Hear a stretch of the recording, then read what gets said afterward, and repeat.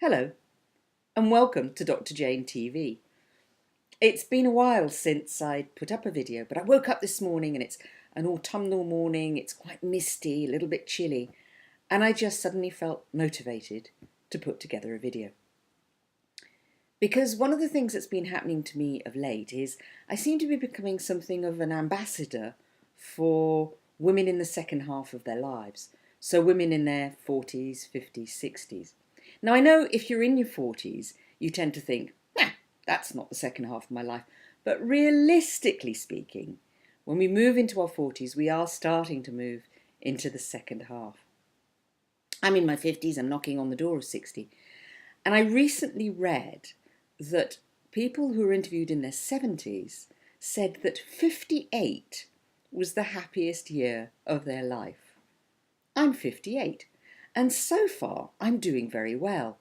Now, I thought that the reason that I was doing so well was because I've done a lot of work on myself. I've studied spiritual teaching. I'm a teacher of Huna, the spiritual, shamanic and life teachings of the ancient Hawaiians.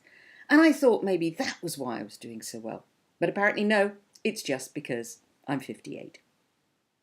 But something that I have realised is that in our late 30s, early 40s, we tend to start asking the questions. We tend to start to wonder, what's it all about? What's the point? Why am I here?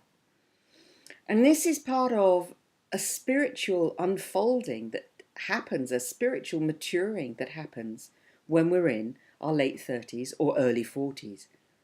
Not everybody experiences it, but a lot of people who do experience it, not necessarily as a search for God, but just as a search for meaning, purpose, a desire for consciousness, that realization that we are connected.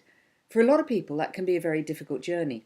And I know that for me, that certainly was a difficult journey. More complicated by the fact that I didn't have kids. I realised that I wasn't going to have kids. I realised that I probably wasn't going to have a partner for the rest of my life, although that's changed in my 50s. And I fell into a deep depression.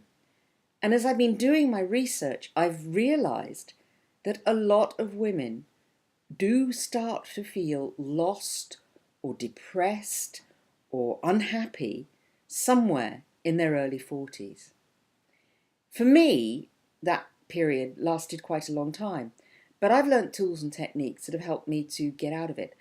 And one of the things that I want to do is help women accelerate that process. There are so many changes that we go through. 40s and 50s, it may be that if you haven't had kids, you have to realize, accept that you're not going to have kids. If you have had kids, it may be that they're grown and they're starting to move out, they're going to university. Or it may be you've got quite young kids and your energy in your 40s and 50s is changing. It's becoming more grounded, more perhaps more stable. But it doesn't match the energy of those toddlers and youngsters who are running around in a crazy fashion.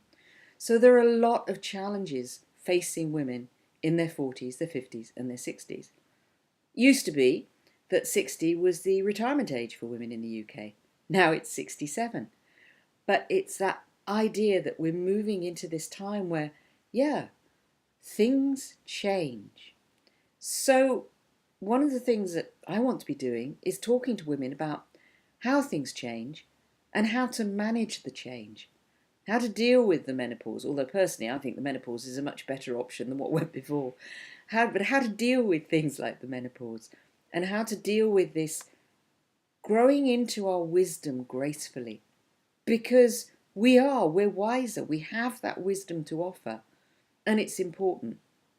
I meet a lot of women who say, oh, I'm 50, I'm too old to get that last promotion, or who's going to employ me now? I'm too old. 50 isn't old. 50's young. It's wise. And that's what we bring to any situation. That wisdom and experience that we've had because we've lived that little bit longer.